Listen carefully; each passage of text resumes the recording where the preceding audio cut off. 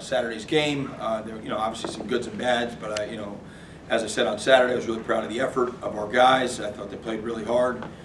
They competed for one another, and now we have an opportunity to move on. We got a lot going on this week.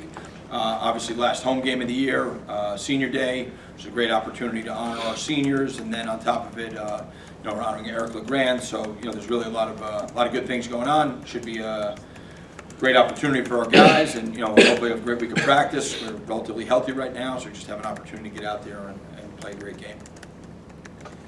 I'm curious. I don't know if you had many of the seniors in your position room before you took over. What has your relationship been like with those guys? I assume you probably went to a lot of them when this all first happened for you. My relationship with the seniors? Seniors, yeah. Yeah, honestly, I think it's been pretty good. Obviously, moving into this role has definitely expanded it because you obviously get to know everybody a little bit more, and you spend time every week with the leadership council, which has a bunch of the seniors on it, and the guys that were on the offensive side, obviously been with them for 2 years, so those guys have gotten to know pretty well, and it is. It's a big day for those guys, and I'm sure it's emotional for them. They put a lot of work and effort into this program, into their football careers, and you really want to see them finish it off these last 2 games on a high note. And so it's one of those days that hopefully we can give them some lasting memories. With the way that Michigan State has kind of struggled here over the last 5 or 6 weeks, when you look at them now, does this task seem any less daunting than it did maybe 5 or 6 weeks ago? They're really, I still think they're a really talented team. Obviously they had some injuries on the offensive side, and losing the middle linebacker, he was a really talented player. But I think they're very good on the defensive line. Their linebackers really play hard and fast. They're a really physical team. I think the quarterback's a talented player. He makes plays. They have some gifted receivers. So I would say if there's anything, it's more on we've made some growth that I feel like we're ready to be more competitive than we were. We're a much better team, say, than we were when we played Indiana. So hopefully, more on our end. I think they're a really talented physical team, and they obviously play a really tough schedule. It's hard to win games in this league, and they've been in a bunch of those games. They beat Indiana, who's a really good team. They, went right down to the wire there with Illinois. So I think they're a pretty talented football team, and really, hopefully, we've made enough growth to be competitive and play hard and well on Saturday. Can you talk about Johnny's development since he took over, and what areas have you really seen him improve upon the most? I think he's starting to just be a lot more comfortable in the decision making. If you watch the first couple weeks, there were times where just to get lined up, get everything organized in the huddle, there were certain mistakes, maybe wasting timeouts and things like that, where you really want to eliminate that, and we have over the last few weeks. So I think he has a much better command of where everybody needs to be, how it's supposed to unfold, and the decision-making process. And once you understand everything, you understand the big picture, then it's easier to start focusing back on fundamentals and things like that. So I think we're starting to see better fundamental football, so some better decision-making because he's not swimming so much mentally. I think he has a better grasp of what's happening, where everyone's supposed to be, understanding how the protections, the progressions, the reads, all those things come together. And we're asking him to make decisions and everything because in the run game, you have to be locked in for 3.5 hours, and he's done a really good job of that. So I think there's definitely growth, and hopefully we just see that continue not just through this year but throughout his career. I think you guys finally had the direct snap to Isaiah for one play. I guess why at that moment? I guess how we talked about it for so long. What maybe kind of presented. Just some things we thought we could get kind of matchup-wise, and maybe take some of the hits off of Johnny. And the other thing is, I guess you always want to be able to have some ways to make people think about the defense doesn't always get to dictate who has the ball by how they play it.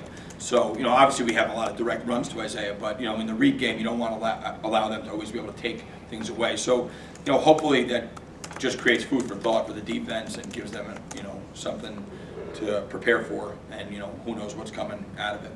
Speaking of Isaiah, having coached him last year, how much of a different runner is he this year from last year? I think he has a much better understanding of the schemes, how it should go, how it should play out. He's definitely, it's slowed down for him a little bit. When he runs, he's like frantic, he really is he pounds his feet into the ground, and he's very physical. But I think the decision making has slowed down for him a little bit, and I think Colby has done a great job with him. They have a great relationship, and he really seems to understand where everything's supposed to go. He's done a great job in pass protection, which was, obviously it's a big issue for almost any freshman running back, and I think he's done a great job progressing there. So he's made great growth, and I think that it's only going to continue. Do you find this week it might be a little different preparing the guys coming off that win? Michigan State's a little down. You guys are playing with a little more confidence. Yeah, I hope so. We really haven't gotten into the week yet, but we had a great day yesterday. I think most importantly, they feel pretty good. I think the bye week came at the right time, and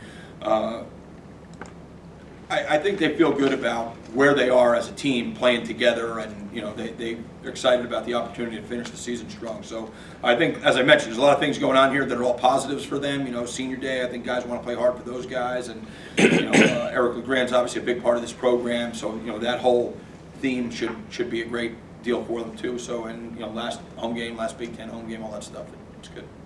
What's your relationship with Eric like? I'm just curious. I'm sure he's a guy you probably have seen around, but did you talk to him more in depth when he took over, or? Yeah, well, once I started doing the radio shows, Okay. really when I had met him a bunch of times, and obviously he's been here to speak to the team, and just over the years of being around here. But this year getting to do the radio show with him, I got to know him a little bit, and he's really a great guy. He's a incredibly positive person, and that somebody that has that type of outlook on life is the type of person you want to be around. So I think he's an extremely impressive guy.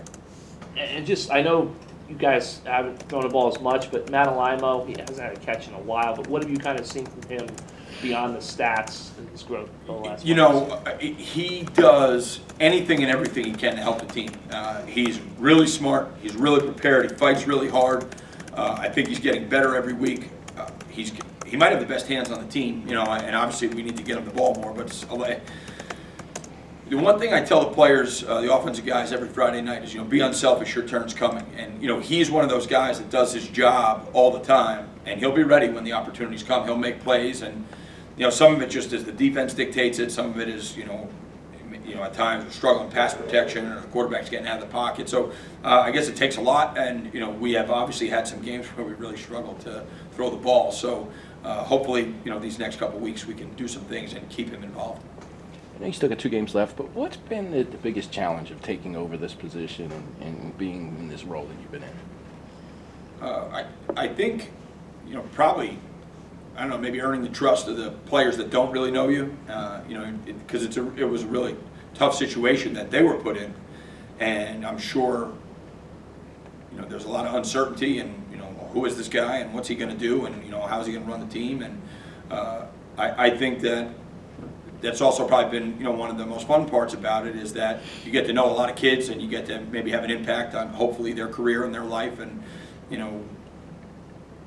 the biggest thing we've talked about the whole time is just getting better, and when December comes around, that we're a better football team than we were when I was put in this role, and I feel good about these guys at least buying into each other and playing hard for each other, and I think if they continue to do that throughout their careers, a lot of good things will happen for them. A personal question with Trey Avery playing a little more with than Young back there. Is that going to continue? What's that situation kind of looking like? Well, Trey's pretty much played throughout the year, but they will both play a lot. Avery was a little banged up last week, so we tried to save him a little bit to make sure that he's healthy down the road. But yeah, they'll both those guys will be out there, and I think they're both really talented players, they're smart players. They're really valuable guys that they hopefully bring a lot to the table, and at times getting 3 corners on the field is probably helpful for us too. Any other questions? All set? All right. Thanks, Thanks, guys. Thanks, Coach.